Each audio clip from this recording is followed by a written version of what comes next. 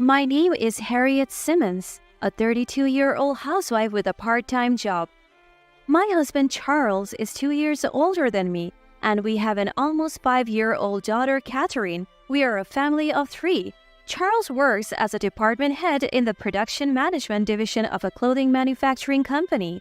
After graduating college, I took a job as a customer service representative at a bank in the suburbs.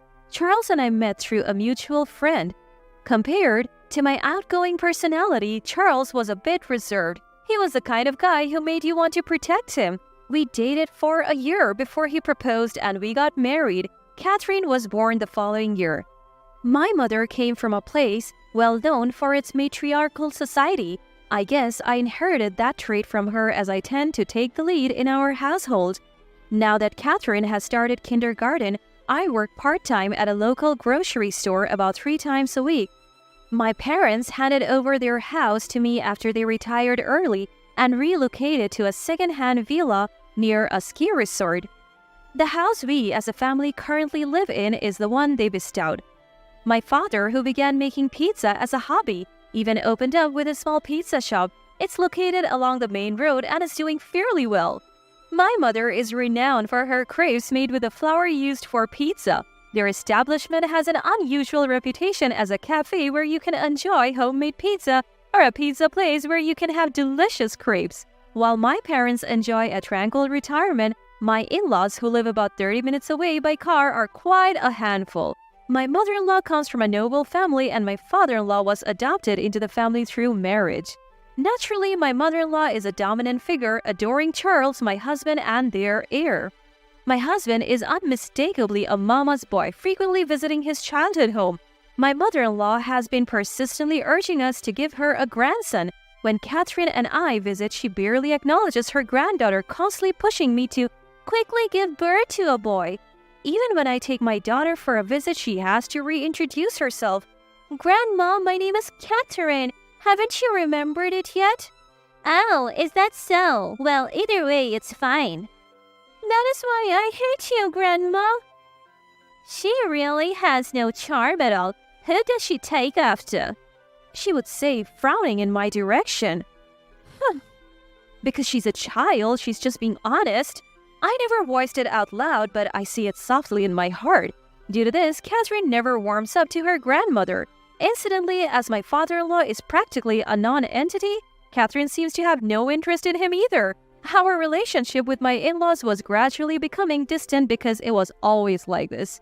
On the other hand, Catherine is adored by my parents and she clings to them too, proclaiming, "I love Grandpa's pizza and Grandma's crepes."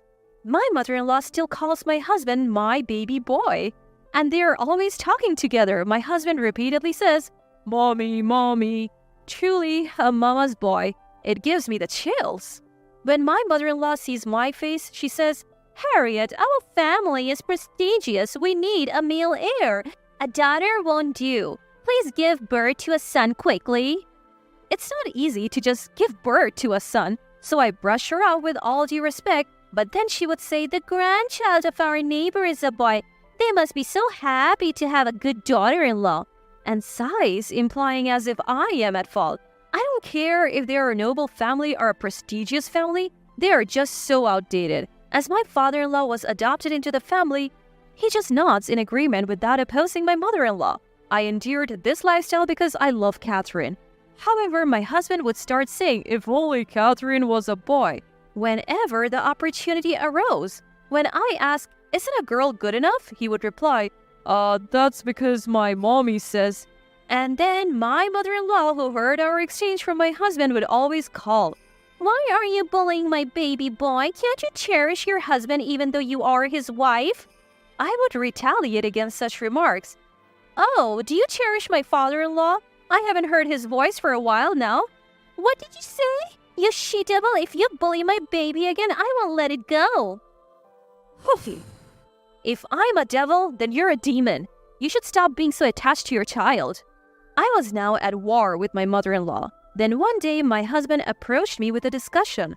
My parents want to go on a trip, so I want to help them out a bit." He requested to arrange about $1,000. Where do you think we have that kind of money? You do know how much your salary is, don't you? Well, you understand, right? Even we want to go on a trip.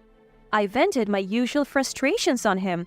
But both my parents are old now. Their legs will get weak soon and they won't be able to travel. They say they want to go to places they want to while they can. He's trying to appeal to my emotions by saying it's filial piety. I understand how you feel, but can't they manage with their own money? After arranging various travel items, it seems they didn't have enough for the actual travel expenses. It's their lack of planning that got them into this mess, just like you. But Harriet, don't you feel bad for them? Not at all. I'm not going to strain myself just to please them. Enough is enough. But there will be no buts or knees. I shut him down with a dad joke. Standing with my arms crossed, I towered over my husband who shrank in front of me. My daughter, Catherine, who had been watching the whole time, clapped her cute little hands, saying, "Mama, you're so cool." In the end, Charles, unable to arrange the money himself, shifted the responsibility to me and phoned my mother-in-law. That useless wife of yours can't even do a little filial piety. She's not a real family member. Do something about it. She works part-time, doesn't she? She should have some savings. We don't have much time before the trip, so hurry up. Finally, unable to stand up to my scary mother-in-law, Charles quietly withdrew $1,000 from Catherine's account. When I found out, I was livid and stormed over to my in-laws' house. "Mother-in-law, I need to talk to you about the trip." "Oh, what's the matter all of a sudden? Don't play dumb. What do you mean by demanding travel money?" "Well, your husband willingly gave it as a part of filial piety, didn't he? What's wrong with that?"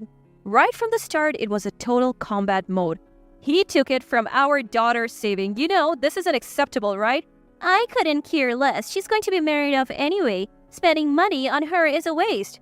What are you talking about? She is my precious child. Saving and spending money on our child is our responsibility.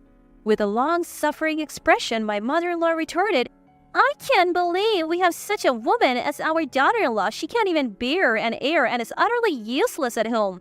I didn't marry into your family. If you want an heir so badly, why don't you give birth to one?" With that, I stormed out of my in-laws' house. Anyway, I decided to make Charles repay that $1,000 from his pocket money. After their trip, my mother-in-law returned and summoned Charles and Catherine to their house. Though I was curious, my main concern was preparing for Catherine's 5th birthday. Planning a birthday party for a child this age is tricky. Who to invite? Obviously, I have to invite the children who invited Catherine to their parties. But there's a limit to how many people we can accommodate. Plus, what about food? And I still have to think about a present for Catherine. And our family party at night. My brain was at its limit. Oh, my brain needs sugar. I need to replenish the glucose. So I ate 3 of my favorite puddings and managed to devise a plan. Just as I was feeling a bit relieved, Charles and Catherine returned from my in-laws. But to my surprise, my usually lively daughter suddenly retreated to her room. When I asked Charles what happened, he responded, "Nothing, really." No, something's wrong. Our greetings at home were always high-spirited to match my enthusiastic daughter Catherine. It was our unspoken promise. This had never happened before. When I went to check on Catherine, she was sobbing. "What happened? Grandma told me that I am unwanted and shouldn't come home. So I had to stay outside all the time." What? I couldn't believe what had happened. "I was given a bottle of water, so I had to stay outside, even though it was really hot." And where was your dad? "Dad was inside eating watermelon with Grandma." What? I stormed out of the room and confronted Charles. "What's going on? Why did you leave Catherine outside in this heat? Aren't you ashamed as a father, as a human, to be comfortable while your child is suffering?" My anger erupted, but unusually, Charles was defiant. "She was just noisy, so I made her stay outside. I made sure she stayed hydrated, so what's the problem?" This is unacceptable. It's normal for kids to be a bit noisy. As I raised my voice even more, Charles tried to change the topic. "Among our relatives' children, Catherine is the only noisy one. Maybe girls really aren't good. My mommy also said this. She wants a boy soon." What are you even talking about? It doesn't matter if we get a boy or a girl. Babies are a gift from above. Today, Charles seemed unusually authoritative. Influenced by his mother, perhaps? If you're going to act like this, I might consider divorce. You would go that far? My body started shaking with anger. I never knew he could be this kind of man. My mommy said divorce that devil of a wife soon and find a younger one. I'm starting to think she might be right. I see. I have thoughts of my own. But remember, Catherine's birthday is coming up. I want you to celebrate it properly. All right, let's both cool our heads and talk later. I realized unexpectedly how Charles and my in-laws truly think. I couldn't master the energy to cook dinner that day, so Catherine and I ate at a nearby diner. Charles said he was going back to his parents' place and drove off again. Later, he contacted me saying that he would be staying at his parents' place for a while and would return for Catherine's birthday. I lied to Catherine, saying, "Daddy went home because Grandma is sick." Catherine responded, as if she was trying to understand in her own way. I revealed everything that had happened to my parents. Put the happiness of your child first. If she's happy, then you will be happy, right? We are on your side, Harriet and Catherine. If you want, you can come here. No, we would be delighted to see our granddaughter every day. My father responded with a smile. My parents' house has plenty of space for us to move back in. Catherine's school is a bit far, but it should be fine. More than anything, the nature there is superb. Even if we end up separating, the word divorce floated in my head. Then came Catherine's birthday. I had informed Charles about the party and its starting time. We had planned to have a birthday party with Catherine's friends during the day and a family party at night. However, Charles did not return even when the scheduled time arrived. "Daddy is late, isn't he? What happened?" Catherine asked. "Well, Daddy's busy, so he might be a bit late." I replied, even though I thought he was much too late. About an hour past the scheduled time, I found it peculiar and called Charles. "What's going on? Aren't you coming home yet?" Oh, it's you. What's up at this hour? He responded, "What do you mean, what's up? Today is Catherine's birthday. You said you would come. Catherine is waiting for you without touching her food." Oh, right. I forgot about that. His response seemed a little tipsy and frivolous. Right now, I'm in Australia with Mom. We're staying at a resort hotel and enjoying a luxurious vacation per her wish. We plan to be here for 3 weeks. By the way, the wine in Australia is surprisingly good. Wait, what? Australia? What are you thinking for getting Catherine's birthday? Oh, who cares about that? I don't care. As if to cover for Charles's outrageous comment, I heard my mother-in-law's voice. "Who's that? The demon wife? Just ignore her. We don't need the useless woman who can't give birth to a boy anymore." Charles took that as a cue and said, I think the same. I'm considering a divorce and decided to have an extravagant family vacation. We're having a good time, so stop calling. Then he hung up. What just happened? With a bad feeling, I checked our joint bank account. What is this? The balance was zero. Almost 300,000 of savings had been withdrawn. He used this money to go to Australia with his parents? Shocked, I collapsed on the floor. Tears wouldn't stop flowing. Catherine, worried, came over and asked, "Mommy, what's wrong? Why are you crying? Isn't Daddy coming?" I'm sorry, sweetheart. Daddy won't be coming today." "He isn't, but it's okay because Mommy is here. Catherine loves Mommy the most," she said, hugging me. No, she was comforting me. I hugged Catherine as I cried, "Catherine, Mommy will always protect you." At that moment, something inside me broke. The next day, I took action. I went to the government office and gathered necessary documents. I decided to settle everything and move back to my parents' house. I swore to myself that I would shatter everything. I received a text from Charles accompanied by a photo of him and his mother in Australia saying, "The luxurious trip is fun. No souvenirs as a punishment. I'll call you when we get to the station, so come pick us up." His message seemed very assertive. Maybe he felt stronger with his mother. Who would bother picking them up? I moved my belongings to my parents' house and began to organize Charles's things. When I explained the situation to my friend at work, she sided with me. Amazingly, her husband works for a moving company and they agreed to transport the luggage. They said they would charge the cost to my in-laws and they could also keep their belongings, so I decided to leave it to them. Then my daughter and I went to my parents' house where we were kindly welcomed. Seeing my parents' face, I started to cry again. Eventually, the day of Charles's return approached. Just as I was beginning to settle down at my parents' house, I received a text from him. I've arrived at the station. Please come pick us up. Of course, I ignored it. There were multiple calls and texts, but I let them all go unanswered. Eventually, he must have arrived at his parents' house.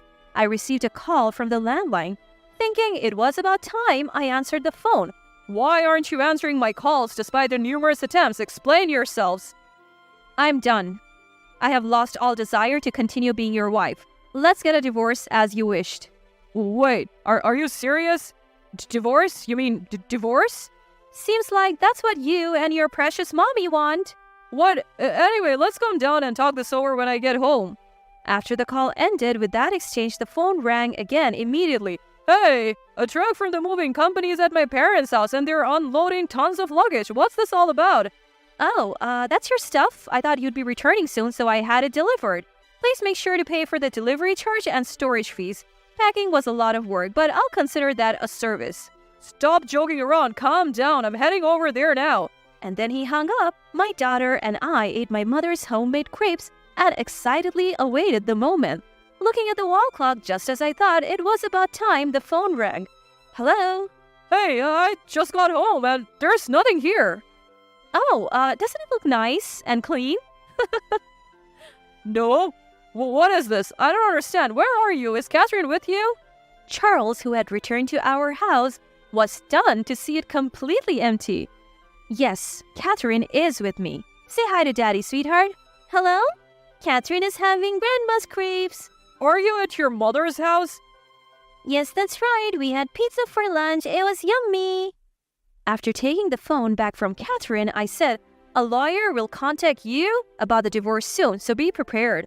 No, before that, what happened here? The house is gone and the place has turned into an empty lot. It seemed Charles was surprised about something else. I sold it. The land fetched a decent price, but the house wasn't worth much. So I turned it into an empty lot. Yes, I wanted to settle everything cleanly, so I handled everything while they were on vacation. What did you do with the money from selling the land? I had the right to receive some of it. The land was inherited by me before we got married, so you don't have any rights to it. It's my personal asset. So what will happen to Catherine? Moving on to the question of custody. You have the nerve to ask that even after leaving your child alone like that? If I leave Catherine with you, her life will be at risk. I will have custody, you will need to pay child support, and also I will be requesting a fair distribution of assets. I can't believe you squandered our savings. I will claim that amount back. Let's discuss this with our lawyers. What's going to happen to me? He asked. Who do you think you're asking that question? I couldn't care less. Just like your beloved mother told you, go find a young woman to bear your heir. We're not even divorced yet. Tell that to my lawyer. Not wanting to deal with him anymore. I want you to know, I have no intention of reconciling with you now. I'm going to start preparing dinner, so goodbye. I said and hung up. Mom, you're so cool. Catherine clapped her hands. Then we started the divorce negotiations and I left everything to my lawyer. As expected, he brought his mother along. She insisted that everything was my fault and that her darling Charles was innocent. I discussed it thoroughly with my lawyer and I decided not to demand alimony, but I asked for a share of the assets, including the misappropriated amount and child support for Catherine. Charles was complaining, but when I threatened to take it to family court, if we couldn't reach an argument, he reluctantly accepted. My ex-parents-in-law sold their house to pay off the settlement and child support, which I received in a lump sum. Once things had settled, Catherine started attending a new kindergarten and made new friends. She's growing up to be a strong and lively child nurtured by the rich nature around us. Thanks to my previous experience as a bank employee, I found work at a local agricultural cooperative. I have become good friends with local farmers and sometimes they give me vegetables. And then one day, some old friend from where we used to live visited and told me about Charles. Apparently, he is doing as his mother told him and is actively seeking a young woman to marry. He was persistently hitting on a young woman at his workplace, but his creepiness and insistence caused all the women there to despise him, and he ended up quitting his job. Now he's working as a part-time job at a construction company that's all men. It seems he's developed a fear of women. My ex-mother-in-law is still pushing her son to remarry for the sake of family continuity. But there can't be many women who would marry a part-timer with a fear of women. Their noble family is sure to die out. I bet she's still blaming everything on me, but I don't care. Meanwhile, I have started dating a man I met at work who's also divorced and has a child in the same kindergarten class as Catherine. We are both single parents and our relationship is progressing with a view to the future. I bought a used car. Australia is out of the question, but Catherine and I occasionally drive to the nearby mountains and rivers. Since coming here, I have seen her smile a lot more. I realize that my life is dedicated to protecting her smile. Thankfully, my parents are still healthy and working. Along with my new partner, we dream of selling homemade pizza, crepes, and ready-to-eat dishes made with fresh, pesticide-free vegetables produced by local farmers at a nearby roadside station. Today, Catherine and I drove our old car to the river. The sky we looked up to was blue. As I watched Catherine stack pebbles from the stream, I took a deep, calming breath.